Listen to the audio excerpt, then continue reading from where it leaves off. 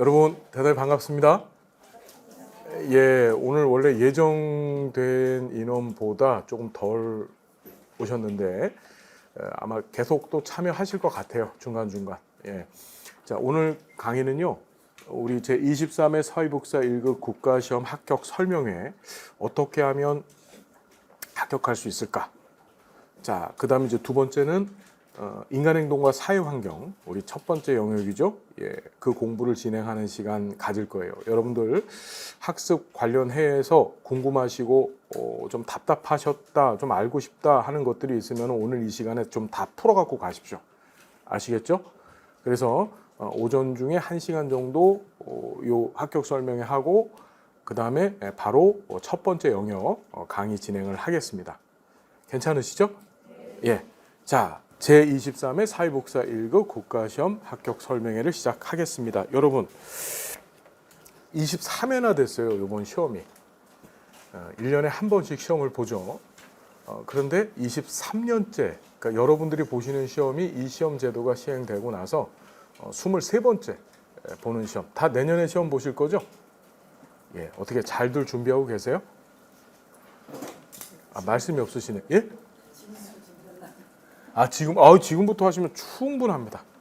합격을 위해서라고 한다면 지금부터 시간을 잡고 제가 여러분들한테 드리는 말씀대로만 진행하시면 전혀 이유 없이 합격할 수 있습니다. 자, 일단 우리 사회복지사 얘기 좀 해보자고요. 우리 시험이 사회복지사 1급 시험이잖아요. 그죠? 사회복지사 얘기 잠깐만 해봐요. 우리 여기 오신 선생님들 중에 현장에서 사회복사로 근무하시는 분들 혹시 계십니까? 그러시구나. 현장 사회복사시구나. 그리고 또 이제 사회복사 자격증을 좀 하셔서 내년도에 이제 합격을 목표로 내년도 합격 또는 내년도에 이 자격증 취득 예정이신 분 혹시 계세요? 아직 자격증이 없다. 근데 나 내년 2월 28일까지 자격증을 취득할 것이다. 한 분 계시고. 자, 다른 분들은 아직 두 분이시구나. 다른 분들은 세 분이세요. 왜 자꾸 늦게 드세요? 예, 한꺼번에 들어주셨으면 정말 감사할 것 같아요. 예. 다른 분들은 현재 이제 현장에 계신 건 아니고 자격증을 갖고 계신데 1급을 취득하시려고 하시는 거잖아요. 우린 다 공통점이 뭐냐면 사회복지사 자격증을 가지고 있거나 또는 가질 것이라고 하는 공통점을 갖고 있어요. 그렇죠? 예. 여러분 사회복지사, 우리나라에서 이 사회복지사가 언제부터 등장했는 줄 아세요? 이거 작년에도 사회복지 실천론 시험 문제 출제됐었어요. 맨날 출제됩니다. 맨날. 정말 많이 출제돼요. 우리나라의 사회복지사 자격증 제도가 처음 도입된 것은 1983년이에요. 몇 년도라고요, 여러분? 83년도. 예, 이건 꼭 기억해 두셔야 됩니다. 너무 중요한 사건이잖아요. 원래 1970년에 사회복지사업법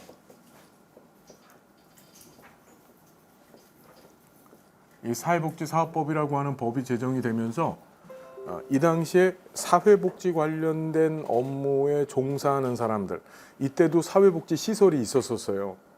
이때도 주로 이때는 그 우리나라 한국전쟁을 경험하면서 그 외국 원조 단체들이라고 얘기를 하죠. 외국의 원조 단체들이 와서 우리나라의 뭐 고아원, 양로원 이런 시설들을 많이 지었거든요. 예. 그럼 그 고아원, 양로원에서 일하는 사람들이 이제 지금 현재 사회복지사 업무를 보는 분들도 계셔. 그래서 생활지도 같은 것들을 해주시는 분들도 계셨고, 또 주방에서 막 식사 준비하시는 분들, 그죠? 그 다음에 양로시설 같은 경우에는 당시에는 요양시설이 없었단 말이에요. 70년대는. 그래서 양로시설이 그런 일들을 대행을 했었었는데, 그때 이제 어르신들, 치매, 중풍, 뭐 이런 여러 가지 질환 때문에 누워 계신 분들에 대한 수발, 이런 일들을 하는 사람들이 이 시설에서 근무를 했었어요. 근데 그분들을 통틀어서 이 법에서는 뭐라고 얘기하냐면 사회복지 사업 종사자라고 했습니다. 종사자. 그러니까 이때는 사회복지사 자격증이 별도로 있는 것이 아니라 그냥 사회복지 시설에서 일하는 사람은 전부 다 사회복지 사업 종사자였었어요. 어떤 얘기인지 이해되셨죠? 그러다가 이 1983년에 83년 이 83년도에 이 사회복지사업법이 개정이 됩니다. 바뀌어져요. 바뀌어지면서 처음으로 사회복지사 자격제도가 도입된 거예요. 83년도에. 그러니까 이때부터 어떻게 사회복지사라고 하는 용어, 명칭을 처음으로 사용하게 된 겁니다. 여러분들의 선배님들, 그다음에 우리가 사회복지사 역사를 살펴볼 때 사회복지사 자격증이 언제부터 도입됐다고요? 1980? 이거 실천론 시험에 거의 매년 출제됩니다. 이번 시험에도 나올 것 같은 예감이 번쩍번쩍 들어요. 알겠죠? 무슨 얘기인지. 이 당시에 이 사회복지사 자격증 제도를 도입할 때 어떻게 했냐면 등급제를 도입해요. 등급제. 사회복지사 자격 등급제. 어떻게 도입했냐? 1등급, 2등급, 3등급까지. 이때부터 등급제가 도입됐던 거예요. 1등급, 2등급, 3등급. 그래서 자, 1등급 같은 경우에는 학사 이상, 학사라는 게 뭔지 아시죠? 대학교 4년제 이상 관련 학과 졸업하시면 1등급을 그냥 줬어요. 시험 없이. 시험을 보지 않고. 그 다음에 2등급 같은 경우에는 전문학사라고 하죠. 그때도 이제 대학들이 2년제 학교들을 만들기 시작했습니다. 2년제. 그래서 2년제 사회복지학과가 있어요. 거기 졸업하신 분들한테는 2급 자격증을 줬어요. 상급은 뭐냐면 3등급은 공부를 하진 않았습니다. 그러니까 사회복지 관련된 학점을 이수하지는 않으셨는데 현장에 근무하신 분들 계시죠. 이 70년대서부터 이 근무를 하셨다 그랬잖아요. 이분들의 현장 경력, 1년 이상 현장 경력을 갖고 계신 분들한테 일종의 보수 교육을 한 12주, 24주 이렇게 시켰어요. 그 교육에 참여하신 분들한테는 이 3등급을 줬습니다. 무슨 얘기인지 이해가 되셨죠? 자, 그러다가 이 법이 개정이 돼요. 사회복지사업법이 또 바뀝니다. 바뀌어서 1997년, 악몽과 같은 해죠. 1997년에 처음으로 사회복지사 1급 자격증은 국가시험을 봐야 된다라는 규정이 처음으로 생겨요. 끔찍하지 않아요, 여러분? 그거 없었으면 그냥 바로 1급 받을 수 있는데, 근데 97년도에 사회복지사법 개정을 통해서 처음으로 1급 자격증 자격시험 제도가 도입됐어요. 그래서 어떻게 1급 자격증을 취득하려면 반드시 일정 정도의 학점을 이수하고 그리고 국가가 시행하는 시험에 일정 점수를 받으셔서 합격하신 분들만 1급 자격증을 취득할 수 있게 된 거예요. 그래서 이 법이 바로 시행이 됐느냐? 97년도 제정이 되어져서 이것도 시험에 잘 나와요, 여러분. 2003년도, 6년 뒤죠. 2003년도에 제1회 사회복지사 1급 시험을 보게 된 겁니다. 몇 년도예요? 2003년도. 그래서 여러분들은 내년 2025년에 시험을 보시게 될 텐데 이제 2003년도서부터 1회 이렇게 카운트를 해보시게 되면 여러분들이 23회 시험을 보시게 되는 겁니다. 무슨 말인지 알겠죠? 그리고 또 법이 또 개정이 돼서 어떻게 개정이 됐냐면 2017년도인데 자, 몇 년도에 여러분? 2017년도에 법 개정이 됐습니다. 어떻게 개정이 됐냐면 우리나라 현장에 있는 이 사회복지사님들의 이제 학력 수준이 높아진 거예요. 사이버 대학이라든지 여러 평생교육원 이런 제도들이 만들어지면서 학력 수준이 높아졌고, 그래서 실제 시설 현장에서 일하시는 분들도 학교나 또는 이제 인터넷 같은 것을 통해서 학점을 많이 취득하셨어요. 그러니까 별도로 그런 분들한테 그러니까 보수 교육을 하고 3급 자격증을 줄 이유가 없어진 겁니다. 그래서 2017년에 법 개정을 통해서 이 상급을 없앱니다. 상급을 없애고 2017년 법 개정을 통해서 사회복지사 자격 등급은 1등급과 2등급만을 두고 이게 바로 이듬해인 2018년부터 법은 2017년도에 개정이 됐지만 2018년도서부터 법을 시행하게 된 겁니다. 여러분 어떤 얘기인지 아시겠죠? 그리고 또 하나만 더 기억합시다. 이거 전부 시험에 나오는 거 얘기하고 있는 겁니다. 다 시험에 나와요. 2018년도에 또 한 번 법이 개정이 됩니다. 이런 2018년도에. 알겠죠?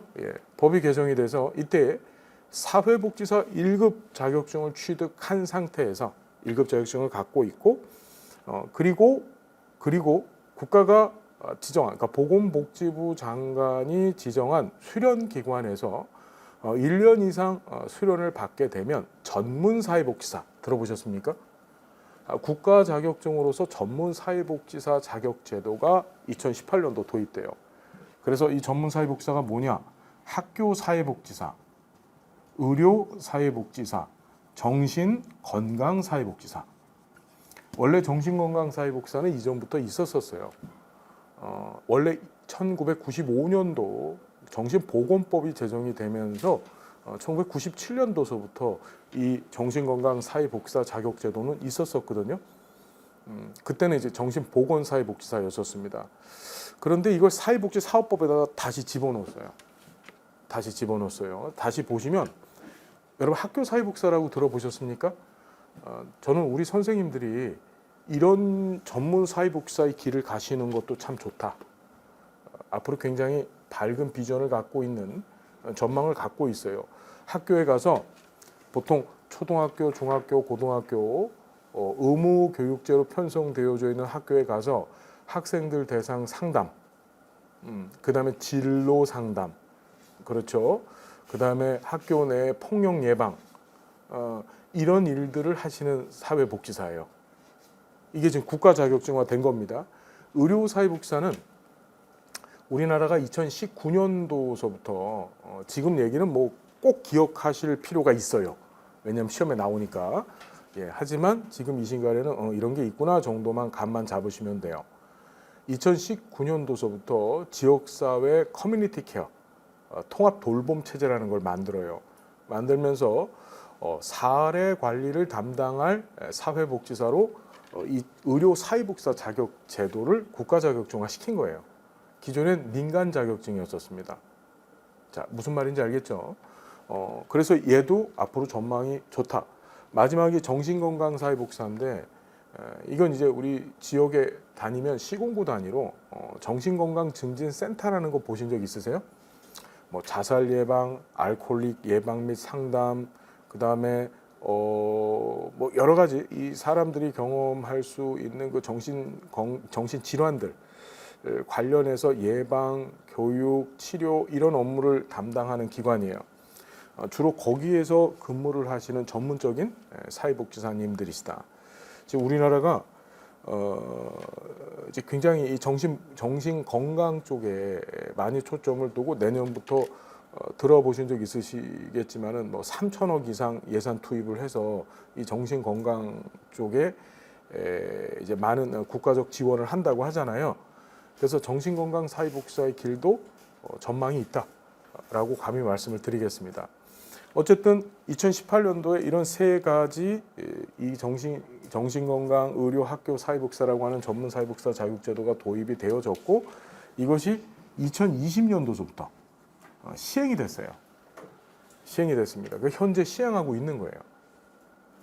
무슨 얘기인지 여러분 이해가 되셨죠?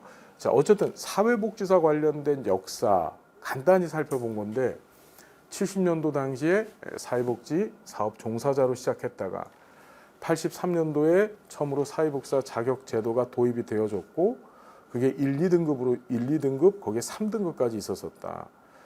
그러다가 97년도 법 개정을 통해서 2003년도에 처음으로 제1회 시험을 보게 됐고 알겠죠 여러분? 이게 전부 시험에 나오는 것들이에요. 그리고 2017년도에 법 개정을 통해서 3급 제도가 없어져서 현재는 1등급, 2등급만 있다. 그 법은 2018년도 시행된 거예요. 그리고 2018년도에 학교, 의료, 그다음에 정신건강 사회복지사 자격제도 이게 전문 사회복지사라고 하거든요. 뭐 가외로 좀 하나 말씀드리면 지금은 전문 사회복지사가 3개인데 우리 한국 사회복지사 협회의 요청으로 인해서 이 분야를 늘려갈 거예요 앞으로. 노인, 그다음에 장기요양보험 아시죠 여러분? 장교양 보험제도 안에서도 이 장교양 사례관리자라고 하는 것이 시범사업자 시행이 됐었어요. 그것도 사회복지사 1급 자격증 또는 간호사 면허를 갖고 있는 사람만 사례관리자를 할 수 있게 해놨어요, 지금. 무슨 얘기 드리는 거냐면 얘는 1급 자격증을 갖고 있는 사람만 해당된다 그랬었잖아요. 그죠? 앞으로 이 전문사회복지사가 이 사회복지 실천 현장에서 이제 주류적인 역할을 담당하게 될 거고, 이런 전문사회복지사가 되기 위한 기본적인 조건은 1급 자격증이 있어야 된다는 거예요. 어떤 얘기인지 이해가 되셨죠? 그 여러분들 빨리 따셔야 돼요, 1급을. 사회복지 현장에서 내가 이 분야에서 최고가 되고 잘 될 거라고 생각하신다면 반드시 필요한 게 이 전문 사회복지사고, 그 전문 사회복지사가 되기 위해서는 1급 자격증이 있어야 되는 겁니다. 아시겠죠? 자, 그래서 이게 2020년도부터 시행이 됐다 정도까지 됐나요, 여러분? 사회복지사 역사고 제가 장담하겠습니다. 여기서 이번 1급 시험에 한 문제 나올 거야. 알겠죠? 예, 실천론에서 출제될 겁니다. 믿으세요, 제 얘기를. 자, 넘어갑니다. 자, 우리 글 하나 볼까요? 내 인생의 주인공은 나. 이거 저거 되게 좋아하는 말인데, 그렇습니다. 여러분들이 어떤 인생 삶을 살아오셨는지는 모르겠지만 가장 중요한 것은 이 온 우주를 통틀어서 여러분들은 몇 명밖에 없죠? 한 명밖에 없는 사람들이에요. 맞죠? 그만큼 소중하다는 것이고, 여러분들의 인생의 레파토리가 있잖아요. 그죠? 예, 여러분들의 인생의 레파토리, 여러분들 인생의 서사가 있어요. 서사가. 거기에 주인공입니다. 저는 그래서 우리 사회복사님들한테 항상 드리는 말씀이 뭐냐? 반드시 잘 돼야 된다. 그리고 꿈을 크게 갖고 그 꿈을 꼭 이루어줘야 된다. 그건 우리 인생 사명이라고 저는 생각을 해요. 여러분들이 이렇게 고생스럽게 1급 준비를 하시잖아요. 이유가 삶의 주인공이 본인 자신이라는 것을 알기 때문에 다른 사람들 하지 아니하는, 힘들어서 포기하는, 또는 도전조차 하지 못하는 일을 여러분들은 하시는 거라고 저는 확신을 합니다. 제 얘기 맞죠? 예. 자, 여러분들이 꿈을 이루면 여러분들은 다른 누군가의 꿈이 되어집니다. 참 멋진 말이죠. 그죠? 여러분들이 잘 되면 여러분들의 잘된 모습을 보고 다른 힘들고 어려운 사람들이 여러분들의 이름을 보고서 그 이름을 쫓아가는 거예요. 전 그래요. 사회복지사는 현장에서 만나는 사람들이 잘 되고 행복한 사람을 만나는 것이 아니고 힘들고 불행하다고 여겨지는 사람들을 만나잖아요. 그럼 그런 사람들한테 여러분들 스스로가 힘들고 불행한 존재가 된다면 그죠? 좀 그렇잖아. 그 학교 사회복지사 아까 전에 말씀을 드렸는데, 제가 아는 분 한 분이 여성분이신데 학교 사회복지사가 되셨어요. 나이가 좀 있으신 여자 아줌마셨어. 근데 이분이 학교 사회복지사가 돼서 학교에서 지금 현재 근무를 하고 계세요. 근무를 하고 계신데 본인도 나이가 많고 청소년 어린 시절, 그 다음에 사실 이혼도 한번 하셨고 삶의 역정이 상당히 많았음에도 불구하고 그걸 다 극복하고 본인이 원하는 꿈을 이뤄낸 거야. 아, 그래놓고 학교를 가서 애들을 대상으로 상담을 하니까 그 힘들고 어렵고 좌절에 빠져 있고 낙심하고 있는 그런 애들한테 진짜 좋은 것들을 줄 수 있더래요. 본인이 잘 되니까 상대방한테도 좋은 걸 줄 수 있다는 거죠. 여러분, 잘 돼야 돼요. 우리는 사회복지사는 기본적으로 잘 돼야 돼요. 그래야지 우리가 만나게 될 우리 소위 얘기하는 클라이언트들한테 어떻게 잘됨을 줄 수 있는 겁니다. 내가 지질이 못나고 내가 못했는데 어떻게 남한테 잘됨을 주겠어요. 그죠? 잘 되십시오. 자, 이제 본격적인 얘기 해봅시다. 몇 회 시험 본다고요, 여러분? 23회 시험 봐요. 23회. 벌써 이렇게 됐어요. 2003년부터 시험을 보기 시작해서 벌써 23년이나 된 시험입니다. 자, 사회복지사 1급 국가시험 개관에 대해서 좀 말씀을 드리겠습니다. 23회 시험 예상에, 우리 시험은 이 사회복지사업법 시행령을 보면요, 시험을 이렇게 되어져 있어요. 어떻게 되어 있냐면 보건복지부 장관이 연 1회 이상 시험을 치른다, 이렇게 되어 있거든요. 1회 이상이니까 한 번 볼 수도 있고 두 번, 세 번 볼 수 있잖아요. 근데 2003년 이후로 단 한 번도 2번 이상 본 적이 없습니다. 그건 무슨 얘기죠? 한 번만 봤다는 얘기예요. 1년에 한 번씩만 시험을 치렀습니다. 그럼 여러분, 우리가 지금 이 시점에서 1급 시험 준비를 할 때 사실은 제일 먼저 체크해 봐야 될 것이 언제가 우리의 디데이냐, 시험을 보게 될 것이냐, 굉장히 중요한 정보죠.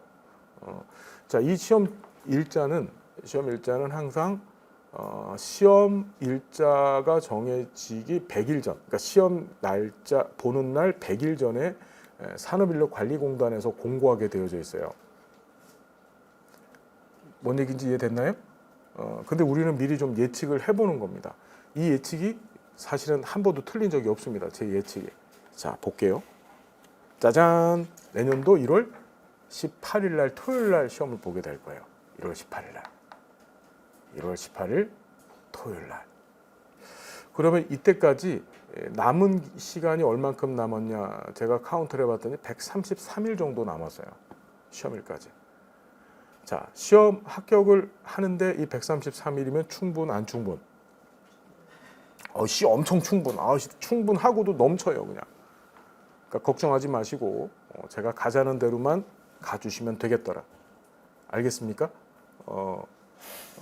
자, 되게 나쁜 게 뭐냐면, 안 좋은 게 뭐냐면 스스로에 대한 조소가 있어요. 내가 할 수 있어. 아니, 난 못해. 내가 해내.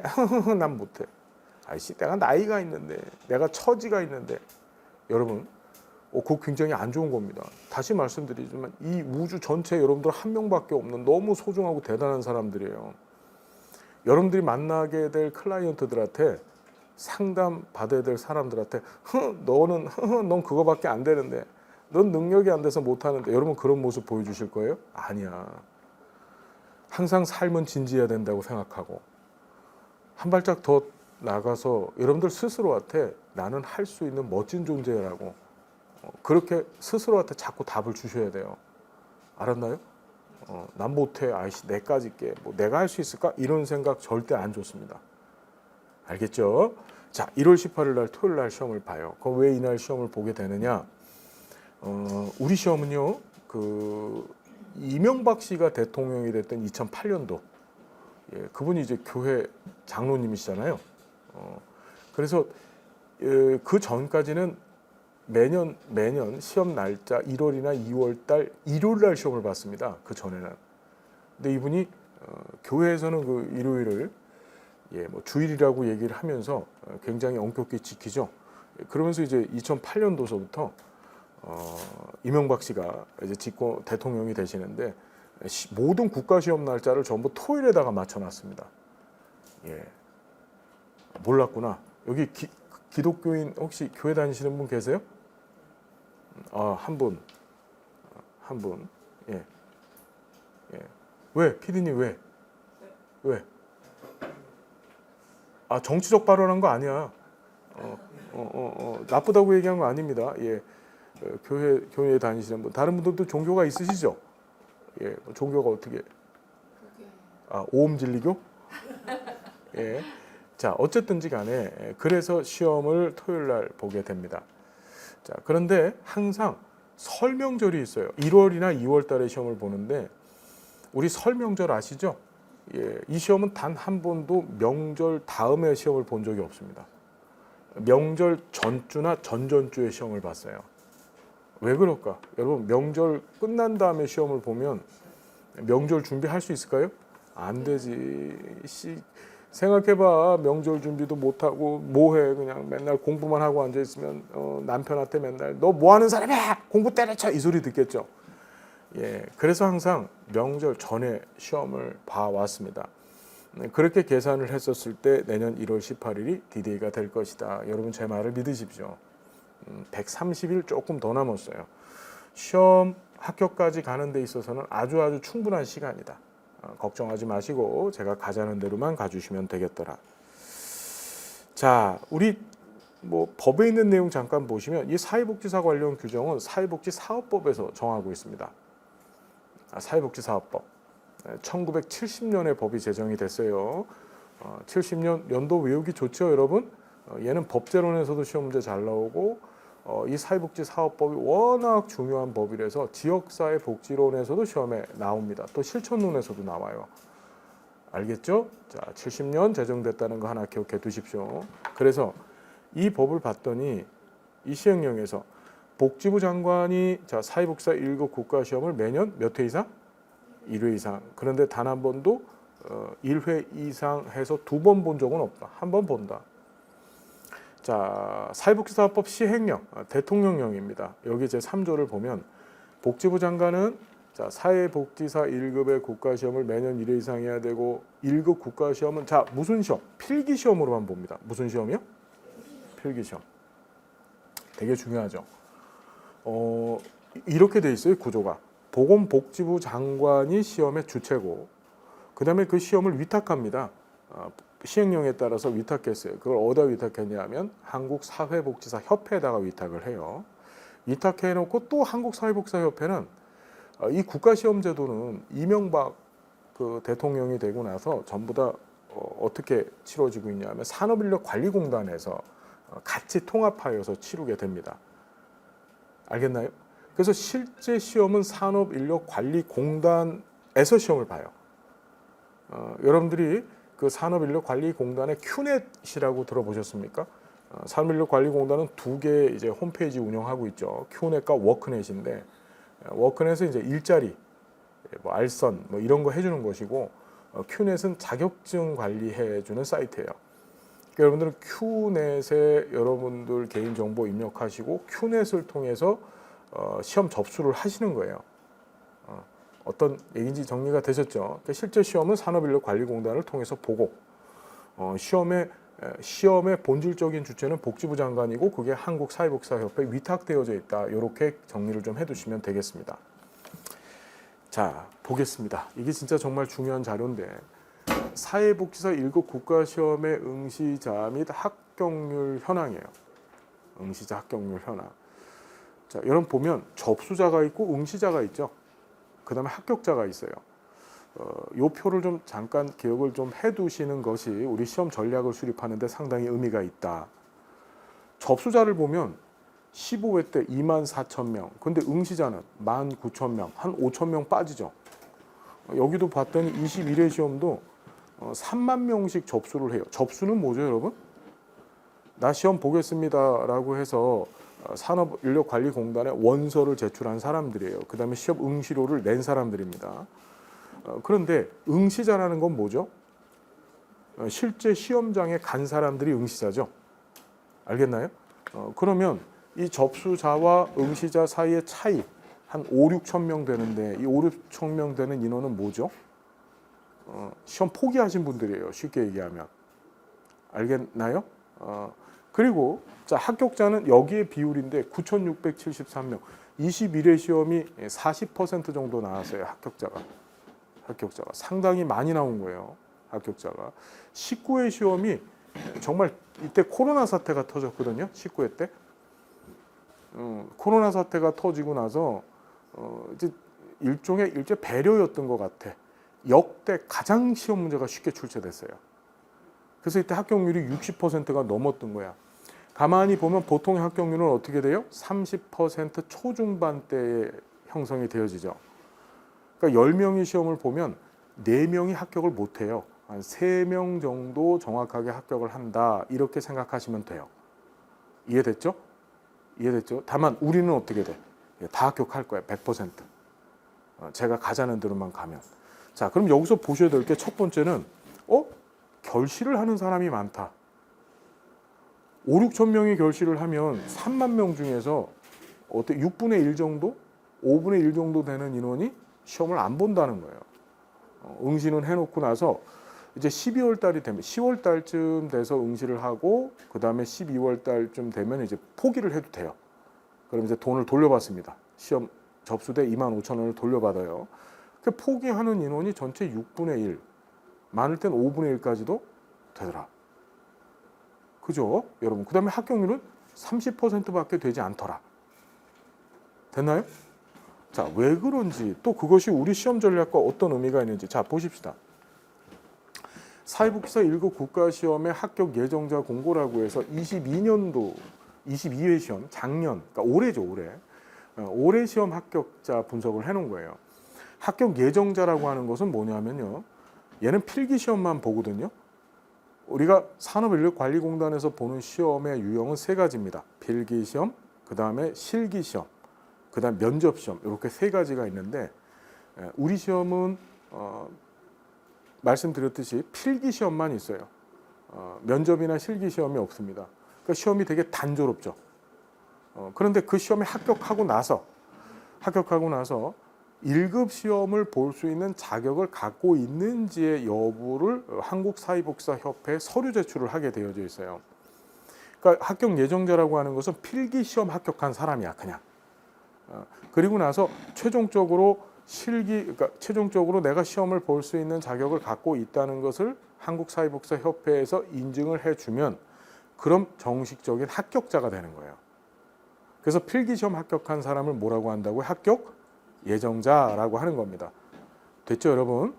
자, 여기 좀 볼게요. 3만 명이 시험 봤어요. 3만 1,600명. 올해 시험에, 22회 시험에 2만 5천 명이 또 응시를 했네요. 그럼 결시가 6천 명이에요. 항상 일정하죠.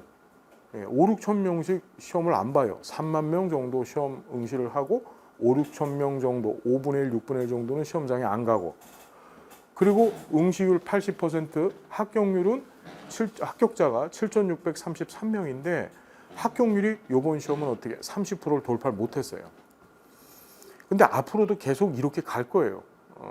30% 많아야 초반, 적으면 30% 바로 밑에. 무슨 얘기인지 알겠죠, 여러분? 됐나요? 어떤 얘기인지? 자, 이런 식으로 진행이 되어질 것이다. 그게 상당히 어려운 시험입니다. 합격률적인 측면에서만 본다면 상당히 어려운 시험이에요. 그죠? 왜? 10명이 시험을 봤는데 그것도 상대평가, 무슨 뭐 변호사 시험이나 변리사 시험처럼 상대적으로 점수가 높은 사람, 낮은 사람이 있었을 때 높은 사람 몇 명을 뽑는 이런 게 아니거든요. 이런 절대평가 시험인데도 불구하고 왜 10명 중에 3명밖에 합격을 못할까? 그죠, 여러분? 고민해 볼 만한 이야기들이에요. 자, 계속 볼게요. 자,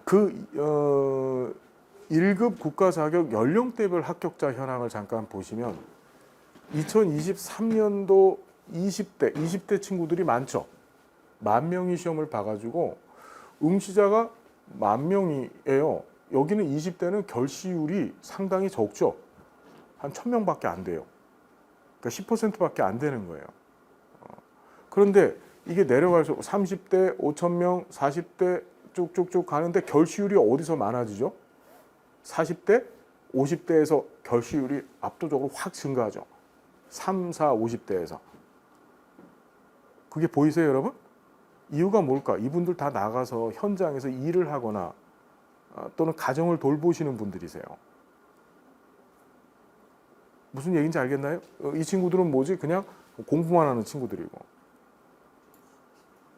그죠? 어떤 얘기인지 알겠나요? 이제 다시 뒤에서도 말씀을 드리겠지만 우리 시험 준비를 하는 데 있어서 이 결시율이 굉장히 높은 시험인데 이유가 뭐냐? 3, 4, 50대 일을 하시고 가정을 돌보시는 분들이 시험에 많이 응시를 하시고 이분들 같은 경우에는 어떻게 하는 거지? 그 일과 가정 돌봄에 치여서 시험을 중도에 포기할 가능성이 많다는 얘기를 드리는 거예요, 지금. 그것 때문에 결실이 많은 거예요, 이게. 아이씨, 뭐 1년에 한 번씩 보는데 뭐 내년도 보면 되지 뭐. 그죠? 내년도 있고 후년도 있고. 자, 그래서 이런 모양을 띠게 되는데 재밌지 않습니까? 80대가 시험을 봤어요. 세 분이나. 80대가. 그래서 한 분이 합격을 했어요. 80대가 여러분.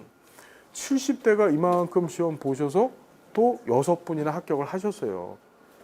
60대도 마찬가지입니다. 이만큼 시험 보셔갖고 합격률이 26%나 돼요. 전체 합격률이 29%, 30% 정도인데 60대도 어떻게 충분히 합격 전체 평균만큼 합격률에 도달해 계신 거죠. 그렇죠. 그러니까 이 얘기는 뭐냐 하면 특별히 연령이라고 하는 것이 우리 그렇잖아요. 나이 많으면서 무슨 공부야, 나이 많으면 시험 합격할 수 있겠어, 이런 얘기들 하시는데 그게 크나큰 장벽이 되지는 않는다라는 얘기를 드리는 거예요. 내 마음 먹기 나름이에요. 내가 각오하고 내가 어떻게 가느냐에 따라서 결정이 되어지는 겁니다. 알겠죠? 어떤 얘기인지. 자, 계속 볼게요. 이 시험이 어떻게 구성되어 있는지 여러분 아세요? 이 시험은 과목이 몇 개죠? 예? 7개요? 예, 7개. 예? 3개. 과목 몇 개인가요? 예? 여기 3개라고 써져 있다고요? 맞아요. 여기 다 알고 오신 분들 같아요. 근데 우리 한 번만 더 공부하시자고요. 복습해서 나쁜 건 없잖아요. 자, 이게 되게 중요한 개념이에요. 뭐냐? 요거 지워도 되죠?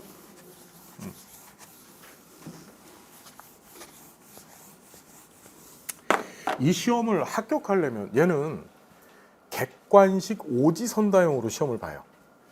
오지선다형이 뭔지 아시죠, 여러분? 5개 중에서 하나 찾는 거예요. 오지선다형으로 시험을 보게 되는데, 자, 얘는 합격을 하기 위해서는 2가지 조건을 동시에 만족시켜 줘야 됩니다. 합격 관련해서는 2가지 조건. 그 2가지 조건이 뭐냐면 첫 번째가 과락 조건이에요. 과락. 무슨 조건? 과락 조건. 과락이 무슨 뜻이에요?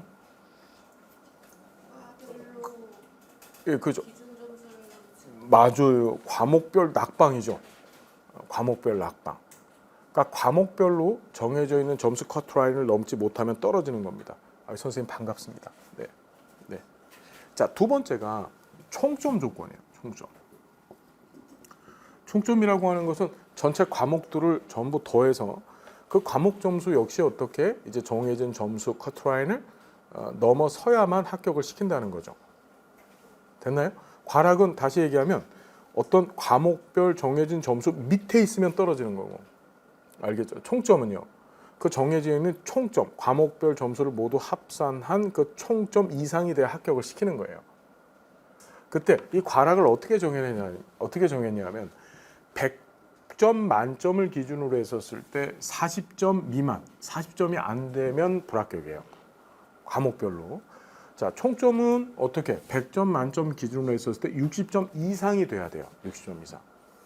자, 이 시험을 합격하는 데 있어서 상당히 중요한 전략을 세우는데 이런 시험 제도 방식이 굉장히 큰 도움이 됩니다. 우리한테.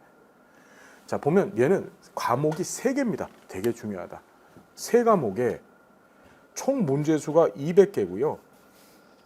배점은 한 문제당 한 문제씩 1점씩 해서 총 200점을 총점으로 보고 문제는 객관식 오지 택 1형 5개 안에서 하나를 선택하는 시험을 보게 돼요. 자, 중요한 걸 보십시다. 얘는 과목이 몇 개라 그랬습니까? 3개라 그랬죠. 그 첫 번째 과목 이름이 사회복지 기초라는 과목, 이게 과목입니다. 과목이고 이걸 1교시의 시험을 보게 돼요. 여러분들이 시험장에 가셨었을 때 여길 구성하고 있는 영역이 2개입니다. 이걸 영역이라고 합니다. 우리 사회복지사법 시행령에서 영역이라고, 이 영역 안에 인간행동과 사회환경, 사회복지조사론이 있는 거예요. 다시 사회복지 기초 안에 인간행동과 사회환경, 사회복지조사론이 있다. 우리 시험을 보신 분들도 분명히 계실 텐데 시험장에 가서 첫 번째 시험을 보잖아요. 첫 시험을 볼 때, 1교시 시험을 볼 때 시험지를 나눠줘요. 나눠줄 때 1교시 1과목 이래서 줘요. 사회복지 기초과목이라고. 주면 그 안에 한꺼번에 어떻게 인간행동과 사회환경, 사회복지조사론을 같이 줍니다. 무슨 의미인지 알겠죠? 그래서 25문제씩 시험을 봐요. 각 영역별로 25문항씩. 여러분들 참 복 받으신 분들이세요. 왜 복 받았냐 하면 12회 시험까지만 해도 30문제씩 시험 봤었어요. 예, 근데 5문제씩 빼준 거야. 이거 축복 받았지, 그죠? 예? 뭐라고요? 우리 시험이 어렵지도 않아요. 이제 저하고 얘기하면 별거 아니에요. 예. 어쨌든 12회 시험까지만 해도 30문제씩 시험을 보는 데다가 시험 시간도 더 짧았습니다. 더 짧았어요. 예를 들어서 3교시가 90문제를 시험을 보게 되는데 75분 시간을 줬습니다. 한 문제당 1분이 안 됐던 거예요. 알았죠? 어떤 얘기인지. 자, 그래서 여기는 시험 시간을 어떻게 주냐면 한 문제당 한 1분씩 풀어라 해서 50분 줍니다. 50분을 주고, 자, 2교시가 이름이 사회복지 실천입니다. 이게 두 번째 과목이에요. 실천론이 아니고 실천이에요. 그냥 여기 75문항을 시험을 보게 되는데 2교시 시험이 따르릉 소리가 울리면서 시작이 되면 시험지를 나눠주거든요. 나눠줄 때 어떻게 그 안에 3개 영역, 즉 실천론, 실천기술론, 지역사회 복지론을 한꺼번에 주는 겁니다. 각각 25문제씩 해서 총 75문항을 몇 분에 풀까요? 맞아요. 75분 시간 주는 겁니다. 한 문제당 1분씩 시간을 줘요. 그리고 3교시의 이름이 사회복지 정책과 제도입니다. 75문항 정책과 제도. 그래서 얘도 3개 영역으로 구성되어 있습니다. 정책론, 행정론, 법제론. 각각 25문제씩 해서 총 얘도 몇 분 줄까요? 75분 주는 겁니다. 알겠죠? 시험 이렇게 생겼어요. 이렇게. 그러니까 다시 머릿속에 기억을 하셔야 될 것이 3개 과목 안에 8개 영역이 있는 거예요. 3개 과목 안에 8개 영역으로 구성이 되어져 있다. 무슨 얘기인지 여러분 이해가 되셨죠? 3개 과목 안에 8개 영역으로 구성이 되어져 있다. 자, 보시면 제가 시험 합격을 위해서는 과락 조건하고 총점 조건을 맞춰야 된다 그랬잖아요. 자, 되게 중요한 게 이게 과목이에요. 이게 과목이야. 과목. 40점 이상을 맞아야 과락을 당하지 않아요. 40점 이상을. 그럼 자, 전체 50문제잖아요. 50문제 곱하기 100분의 40 얼마죠, 여러분? 우린 이 계산이 안 되나요? 예. 아, 훌륭하십니다. 예. 바로 계산. 나 깜짝 놀랐어요, 순간적으로. 분수가 안 되는구나. 자, 20문제 맞죠? 자, 이게 되게 중요한데 우리 조사론 많이 어렵다고들 하시잖아요. 내가 조사론을 빵점 맞았어요. 그리고 인행사를 5개 틀렸어요. 이걸 하나의 과목으로 본다고 말씀드렸죠. 그래도 과락인가요? 아닌가요?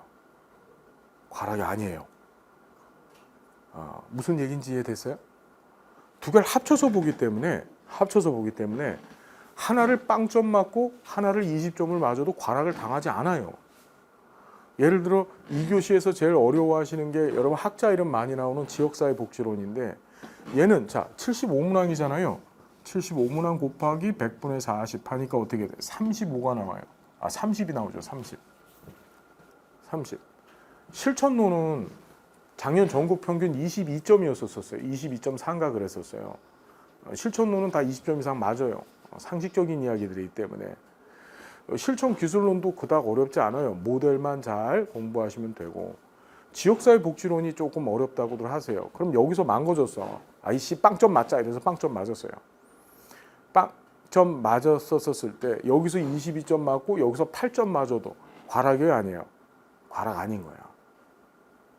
무슨 얘기인지 알겠습니까? 여러분 굉장히 중요한 게 뭐냐. 우리 시험 제도는 이 시험은 과락이 나올 거야 안 나올 거예요? 3만 명 중에 한 2만 5천 명 시험 본다 그랬잖아요.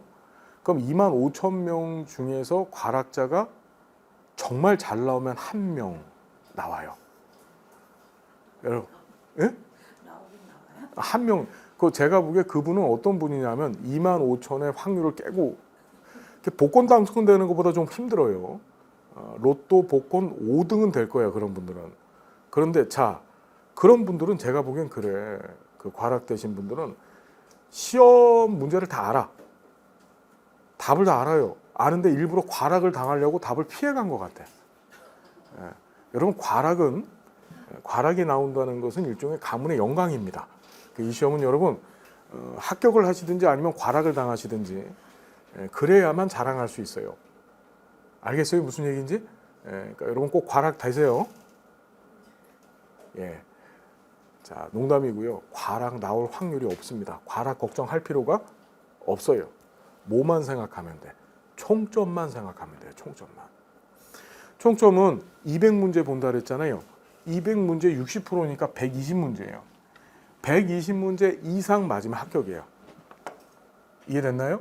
119문제 맞추면 그건 떨어지는 거야.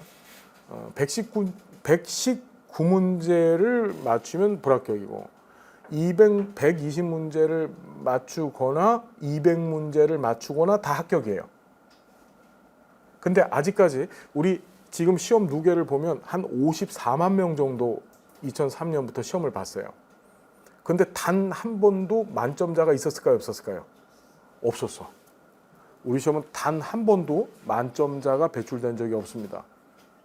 만점이 나오지 못하게 시험을 설계를 해요. 최근의 이론들, 그 다음에 문제 자체가 난해한 것들도 많이 삽입을 해놔서 만점이 없어요. 50만 명이 넘게 시험을 봤는데. 이해됐나요? 저는 여기 계신 분들 중에 한 명이 만점이 나올 거라고 이번 23회 시험에서 확신을 합니다. 그래도 되나요? 지금 끄떡끄떡 하는 사람 누구지? 선생님 합격하셔야 돼요. 만점으로. 예.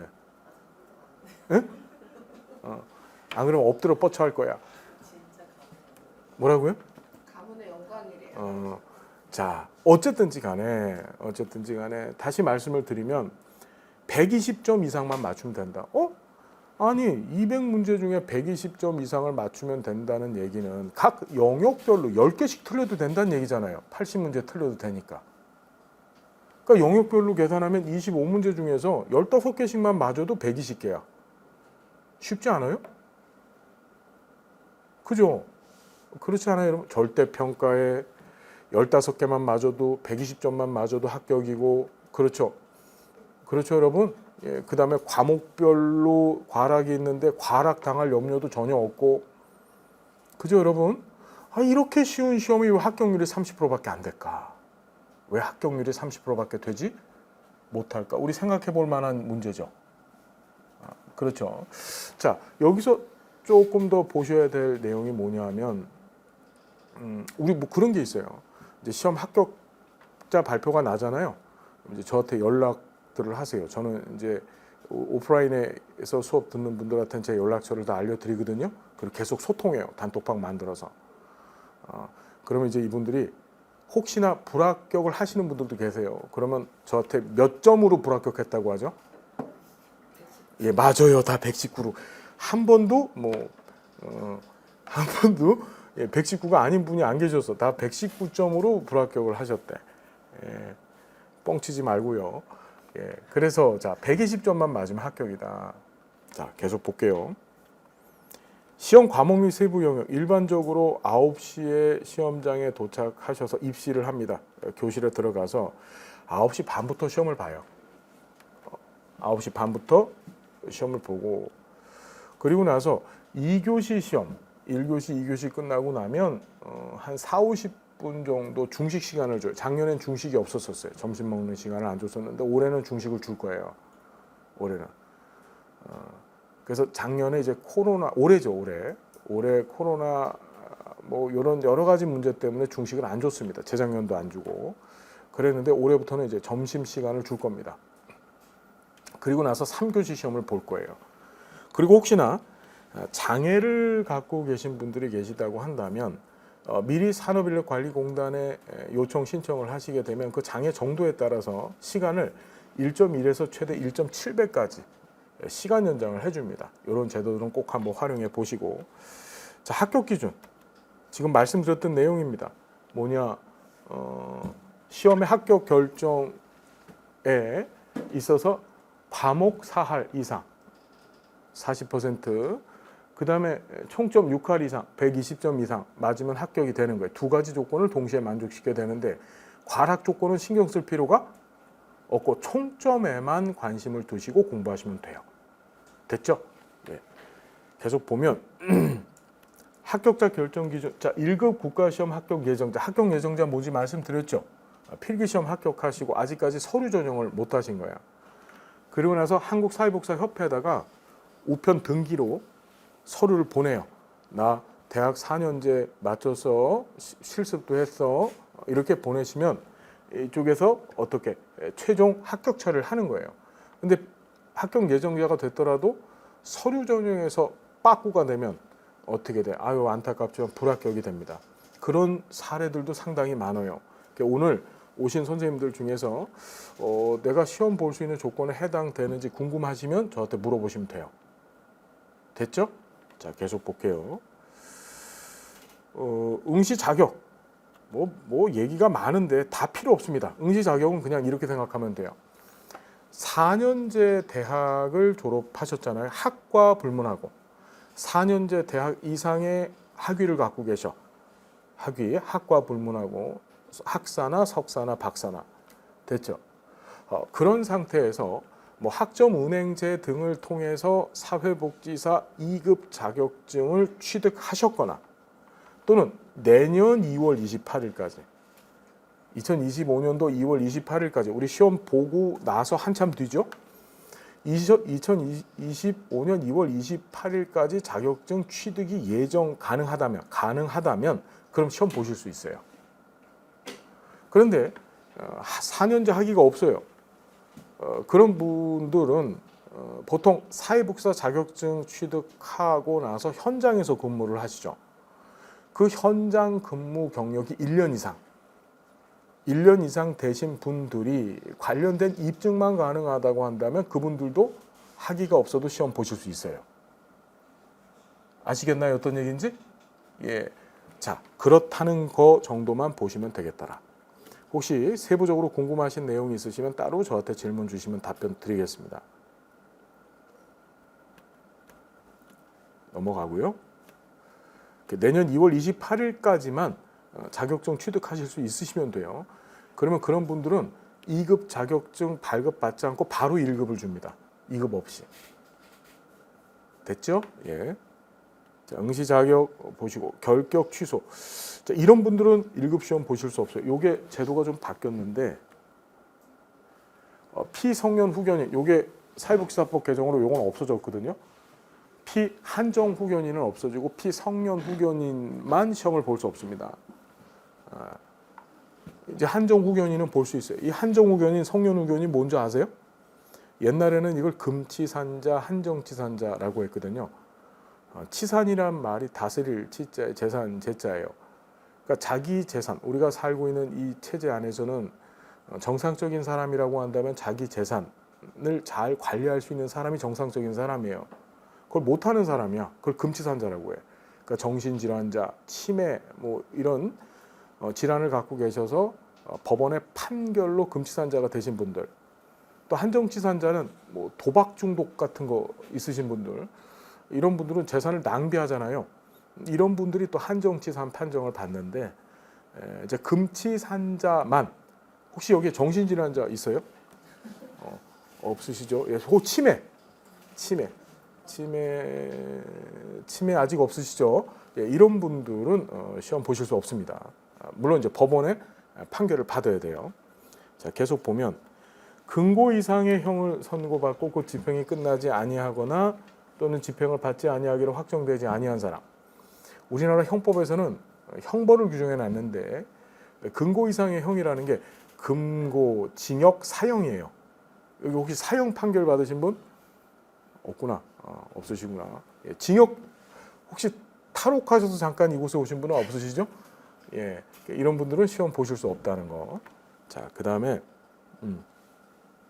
법원의 판결에 따라 자격 상실된 사람들. 자, 요게 요새 많이 보는데 마약 대마.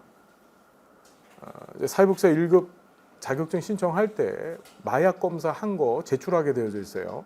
마약들 조금씩은 하시죠? 안 하세요? 요새는 다 한다래던데. 조금씩 하시죠? 눈 풀어진 거 보니까 하시는 것 같은데. 예. 하시더라도 예, 좀 미리미리 끊어 두시는 게 좋습니다. 자격증 받으시려면. 알겠죠? 예. 안 그러면 털 다 밀어야 돼요. 예, 털 다 밀고 머리도 다 깎고. 예. 자, 뭔 얘기인지 알겠죠? 이런 거 하면 안 되지. 이런 걸 왜 해? 그죠? 예. 자, 계속 보고. 또 정신건강 증진 및 정신질환자 복지 서비스 지원에 관한 법률 2016년도에 제정된 법인데 이 법에서는 이제 정신질환자를 규정해 놓고 있어요. 그런데 전문의가 정신질환 전문의가 시험 볼 수 있다고 한다면 이 정신질환자 분들도 시험 보실 수 있어요. 지금 안타까운 사례가 하나 있는데 우리 작년에 이제 시험 준비를 하셨던 분 중에 한 분이 이 정신질환, 그러니까 우리 조현증이라고 아시죠? 옛날엔 정신분열증이라고 했는데 2007년도서부터 명칭이 조현증으로 바뀌었어요. 그걸 갖고 계신 분인데 정말 열심히 공부를 했어요. 근데 이제 아산병원을 다녔는데 그 아산병원의 그 전문의가 넌 시험 보면 안 된다. 그래서 공부는 열심히 했는데 그 전문의 판정을 받지 못해 갖고 결국에는 이제 사회복지사 자격증을 취득하지 못한 분이 계세요. 혹시 여기 정신질환자 괜찮어, 솔직히 얘기하셔도 돼요. 예, 난 사이코패스 없으시죠? 예, 계속 넘어가겠습니다. 자, 자격증 취소 사유 뭐 이런 거 중요치 않고요. 예. 자격증 대여 이런 거 하시면 안 돼요. 나중에 알겠나요? 예, 대여하고 양도 이런 거 하면 안 됩니다. 절대로. 그 다음에 계속 넘어가겠습니다. 중요한 내용 아니고. 자, 그럼 23회 1급 국가시험 어떻게 하면 합격할 수 있을까? 지금부터 전략을 세우는 거예요. 제가 시키는 대로만 하시면 여러분 반드시 합격할 수 있습니다. 시험 D-Day까지 130일 정도 남았다 그랬잖아요. 그죠? 지금부터 얘기를 하기 전에 잠깐 10분만 쉬었다가 해야 될 것 같습니다. 자, 진짜 중요한 시간이니까 10분만 쉬었다가 다시 들어와 주시기 바랍니다. 고맙습니다.